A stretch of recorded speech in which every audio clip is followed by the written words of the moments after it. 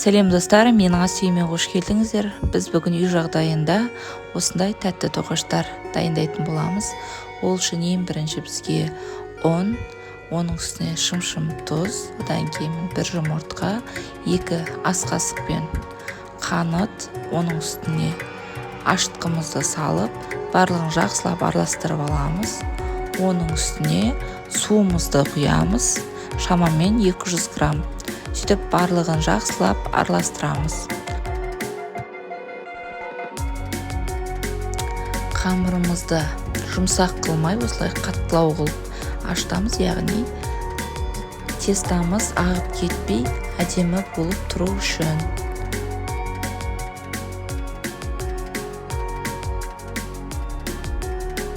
Енді қамырымыз ашығанша 1 сағатқа жылы жерге қойып қоямыз. Бұл өте көпсіп, 2 есе көтерілетін болады. Одан кейін барып, өзіміздің тәтті тоқаштарымызды жасайтын боламыз. Өздеріңіз көріп тұрғандай, біздің қамырымыз ашыды. Міне, енді тәтті тоқаштарымыздың формасын жасайтын боламыз.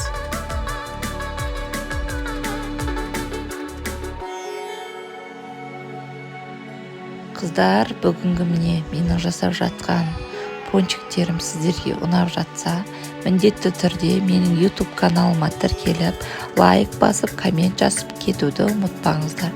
Сондай-ақ менің каналымда түрлі тағамдардың, салаттардың, барлықтарының рецептері бар.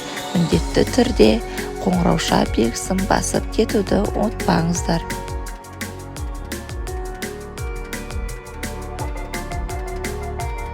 Міне өздеріңіз көріп тұрғандай, қамырымызды алып, бөлшектерге бөліп алдық.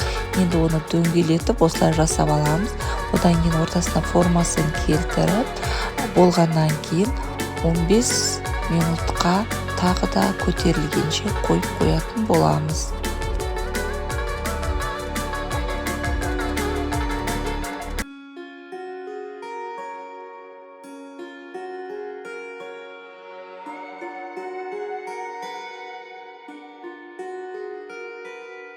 Қамырымызды міне 15 минутқа қойып қойдым мен.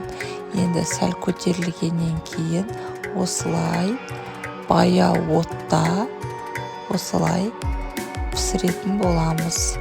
Ортасын міндетті түрде осындай палочкамен айналдырып тұрасыздар.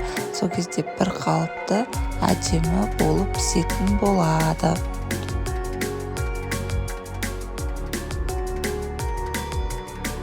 Міне өздеріңіз көріп отқандай, біз жасаған пончиктеріміз өте дәмді болып жасалып шықты. Енді оның үстіне шоколадпен, не болмаса осындай сахарный пудрамен сәндесеңіздер болады. Өте дәмді, сондай жұмсақ болып шықты. Міндетті түрде сіздер де жасап көріңіздер, өкінбейсіздер. Барлықтарыңызға ас болсын.